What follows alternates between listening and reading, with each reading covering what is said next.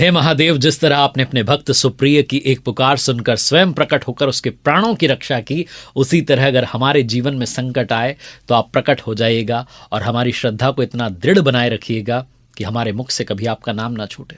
हे महादेव, आपकी कृपा सदैव हम सभी पर बनी रहे। हर हर महादेव, ओम नमः शिवाय। आप देख रहे हैं कथाएं विद कार्तिक और द्वादश ज्योतिर्लिंग की इस कथा की सीरीज में अब हम पहुंच चुके हैं 10वें ज्योतिर्लिंग नागेश्वर ज्योतिर्लिंग की कथा पर। आज की कथा बेहद अद्भुत है क्योंकि इसमें एक ऐसी राक्षसी का वर्णन मिलता है जिसे माता पार्वती ने वरदान दिया कि वो जहां भी जाती थी अपने साथ पूरा एक जंगल ले जा सकती थी। दूसरी ओर एक ऐसा साधारण व्यापारी था जिसे राक्षसों ने कैद कर लिया, मृत्यु उसके सामने थी, लेकिन उसने महादेव का नाम लेना नहीं छोड़ा।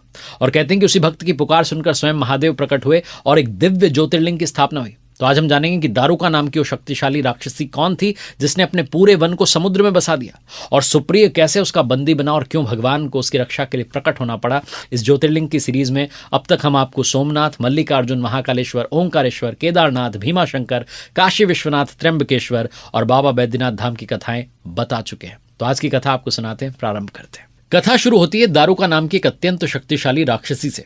पौराणिक कथा के अनुसार वो माता पार्वती की उपासक थी और उसने अपनी तपस्या से माता को प्रसन्न कर उनसे विशेष वरदान प्राप्त किया था। उसका पति दारुक भी महाबलशाली राक्षस था। दोनों अनेक राक्षसों के साथ मिलकर लोगों को सताते थे, महात्माओं के यज्ञों में विघ्न डालते थे और निर्दोष प्राणियों पर अत्याचार करते थे। उनका निवास पश्चिमी समुद्र के किनारे लगभग 16 योजन तक फैले एक विशाल वन में था। लेकिन यह कोई साधारण जंगल नहीं था। माता पार्वती की कृपा से दारुका को यह शक्ति प्राप्त थी कि वो जहां जाती थी पूरा वन भी उसके साथ जा सकता था। दारुका और उसके साथियों के अत्याचार लगातार बढ़ते गए। अंत में उनसे परेशान लोग महर्षि औरव की शरण में पहुंचे और उनसे रक्षा की प्रार्थना की। लोगों की पीड़ा देखकर के महर्षि औरव ने राक्षसों को श्राप दिया कि यदि उनमें से कोई भी पृथ्वी पर किसी निर्दोष प्राणी की हिंसा करेगा तो उसी क्षण उसके प्राण चले जाएंगे।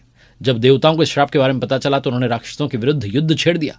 अब राक्षसों के सामने बड़ी विचित्र स्थिति थी। यदि वो देवताओं से युद्ध करके उनका वध करते तो महर्षि के श्राप के कारण स्वयं मारे जाते, और युद्ध नहीं करते तो देवताओं के हाथों उनका विनाश निश्चित था। तभी दारुका को माता पार्वती से मिले अपने वरदान की याद आई। उसने अपने शक्ति का प्रयोग किया और पूरे वन को ही समुद्र के भीतर ले गई। वो राक्षस जो थी वो पृथ्वी छोड़कर समुद्र में बस गई। वहां उन्होंने अपनी एक अलग नगरी बसा ली और समुद्री मार्ग से निकलने वाले लोगों और यात्रियों को पकड़कर बंदी बनाना शुरू कर दिया। इसी दौरान सुप्रिय नाम का एक धर्मात्मा और सदाचारी व्यक्ति अपने साथियों के साथ नाव में समुद्री मार्ग से यात्रा कर रहा था। वो भगवान महादेव का अनन्य भक्त था। यात्रा के दौरान दारुक और उसके राक्षसों ने उनकी नाव पर आक्रमण कर दिया। सुप्रिय सहित सभी यात्रियों को पकड़ लिया गया और उन्हें समुद्र के भीतर बनी राक्षसों की नगरी के कारागार में डाल दिया गया। अब सोचिए, एक तरफ कैद थी, सामने क्रूर राक्षस थे और किसी भी समय मृत्यु का खतरा था, लेकिन इन परिस्थितियों में भी सुप्रिय की शिव भक्ति नहीं डगमगाई। वो कारागार में बैठकर भगवान शिव का ध्यान करता था, ओम नमः शिवाय का जाप करता था और दूसरे बंदियों को भी शिव की आराधना करने के लिए प्रेरित करता था। धीरे धीरे उसका विश्वास दूसरे कैदियों के भीतर भी उतरने लगा। जो लोग कुछ समय पहले भय और निराशा में डूबे थे वो भी अब शिवजी का नाम लेने लगे। देखते ही देखते उस कारागार में भय की जगह शिव भक्ति की गूंज सुनाई देने लगी। जब इसकी खबर दारुक तक पहुंची तो क्रोध से भर उठा। कारागार में पहुंचा और सुप्रिय से पूछा कि आंखें बंद करके वो कौन सा षड्यंत्र रच रहा है। लेकिन सुप्रिय शांत रहा। उसके लिए उस समय सामने खड़ा राक्षस महत्वपूर्ण नहीं था, उसके मन में केवल भगवान महादेव थे। उसकी निर्भीकता देखकर दारुक और अधिक क्रोधित हो गया। उसने अपने सैनिकों को आदेश दिया कि सुप्रिय का वध कर दिया जाए। अब मृत्यु बिल्कुल सामने थी, लेकिन सुप्रिय ने अपने आराध्य का नाम नहीं छोड़ा। उसने भगवान महादेव को पुकारते हुए प्रार्थना की कि महादेव, आप ही मेरे स्वामी हैं, आप ही मेरे प्राण हैं और आप ही मेरा सर्वस्व हैं। अब मेरी रक्षा आपके हाथों। और कथा कहती कि भक्त की यही पुकार कैलाश तक पहुंच गई। उसी क्षण एक अद्भुत घटना घटी। भगवान शिव वहां एक विवर अर्थात बिल के समान स्थान से प्रकट हुए। उनके साथ 4 द्वारों वाला एक दिव्य मंदिर भी प्रकट हुआ और उसके मध्य में एक तेजस्वी ज्योतिर्लिंग प्रकाशित होने लगा। भगवान शिव के साथ माता पार्वती और उनके परिवार की दिव्य उपस्थिति का भी वर्णन मिलता है। सुप्रिय ने भगवान शिव और उस ज्योतिर्लिंग के दर्शन किए और पूरी श्रद्धा से उनकी पूजा की। अपने भक्त को मृत्यु के मुख में देखकर महादेव ने उसकी रक्षा का संकल्प लिया।